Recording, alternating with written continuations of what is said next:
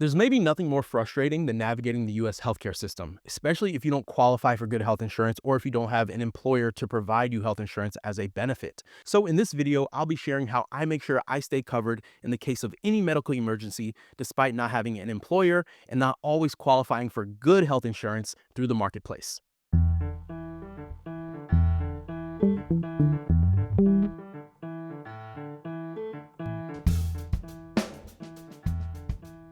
If you're new to the channel, my name is Hassiem Mohammed. I'm an award-winning actor. I've been on TV. I've performed on stages around the country. And although I'm not rich or famous yet, I am a working actor who supports themselves as a freelancer. Okay, before we dive in, I just want to clarify that I'm not giving any professional insurance advice. I'm not qualified to do so. I'm just sharing what has worked for me. This isn't about like cheating the system. All the strategies I'm sharing are totally above board. Okay, so the first thing that I would do and that I have done in the past when looking for health coverage is see if I qualify through the marketplace for a premium tax credit. What this means is they compare your income to the federal poverty level. And if you make anywhere from 100% of that federal poverty level to 400%, you could get some kind of discount or maybe even free insurance. The reason why the scale is from 100% to 400% of the poverty level is because in some cities, like the one I live in New York City, the poverty level's a little bit higher because it's kind of easy to be poor in New York. They ask you how you are, you just have to say that you're fine when you're not really fine. So that's what I would do if I was in a situation where I was in need of insurance again. I'd go to the marketplace, I'd type in my information and see what I qualify for because it may surprise yourself. You may get free insurance or at least heavily discounted insurance. Like a few years ago when I wasn't making that much money, I think my insurance was like $40 a month. Like it was super affordable, even from where I was at income wise. And so that's what I did. Now I make more money. So for me to get on the marketplace is a lot more expensive. And I'll touch on that a little bit more in my next talking point. So yeah, depending on your income level, the marketplace may just be the easiest place for you to get insurance and it may be free. Now, if you make above a certain level, getting insurance through the marketplace could be extremely expensive and prohibitive. And that's kind of where it's at for me at this point in my career. So my next talking point is going to be for those of us who don't really benefit too much from that tax credit. So this next strategy is kind of a two-parter. And the first part is having an emergency savings account. So a bank account that's just for emergencies. You put money aside. The Richest Man in Babylon, I have a video on that, recommends 10% of everything you make goes into that savings. When it comes to health insurance, this is super helpful because it'll handle pretty much any minor expense you have, right? I had to see a doctor at one point when I didn't have insurance and it was $250 out of pocket. It's cool because I have a bank account just for that.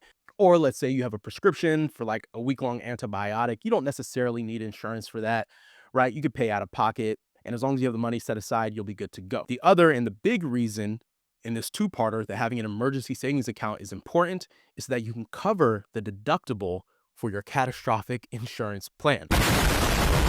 So the second part to the strategy is to get insurance through the marketplace. Now, again, I said if you make above a certain amount, it may be cost prohibitive. I think the last time I looked at the marketplace, it was going to be like $700 some dollars. But if you call and say, hey, look, I just need a catastrophic insurance plan. Like if I get hit by a bus, I just don't want to be in debt for the rest of my life. You can get something at a much lower cost. Now, the insurance is crap. It's not really going to cover much at all. You're going to have a crazy high deductible. And your deductible, if you don't know, is the amount you must pay out of pocket before your insurance kicks in. So my deductible is really high. It's thousands of dollars. But at that time when I was on the marketplace, my bill per month was a little under $250, which for me at the time was manageable. And that was for a catastrophic insurance plan. Now, even if you make less money, you can still get a catastrophic insurance plan to save money, right? So I have a friend who has a catastrophic plan. And I think she said it's around $40 a month, but it has a really high deductible. So that's why this emergency savings is so important. So in my case, whenever I'm on that marketplace catastrophic insurance plan, I know that I'm going to be covered no matter what. Like if I get hit by a bus, sure, it's going to cost $100,000, but as long as I pay that first few thousand through my deductible, the insurance will cover the rest. So that means worst case scenario, I use up my entire emergency savings, but that's it. Versus if you don't have insurance at all, if you don't have a catastrophic plan, something catastrophic happens to you, you could be in debt for the rest of your life. If you watch some of my other videos, you know how I feel about debt.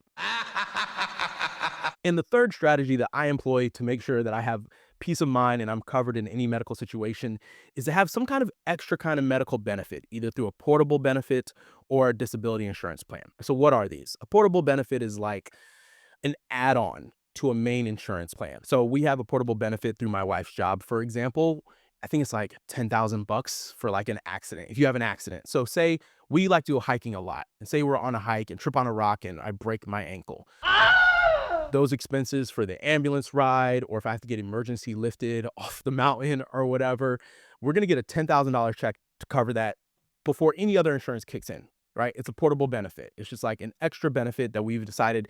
And those are usually really cheap, right? I don't even know if we pay 10 or 12 bucks a month for something like that. So something you may need to look into. For example, my sister, when she was giving birth, she had really great health insurance, and then she got an additional benefit that covered her stay after the hospital. So she didn't have to go right back to work, even after her maternity leave.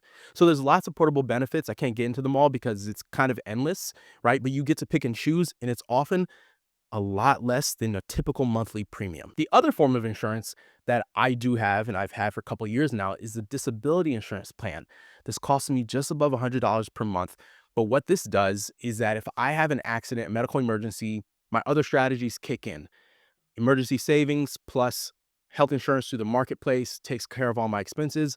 But maybe I'm now in a situation where I'm disabled and I just can't go back to work. I can't act anymore. I can't coach or teach anymore. Then after a 3-month period of time, my disability insurance kicks in and I get my amount is a livable wage until I turn 65. And then I'm in retirement and my retirement accounts and social security will kick in, right? So for me, my disability insurance would take care of my rent, food, all of my necessities, plus a little extra, and it doesn't cost me too much per month.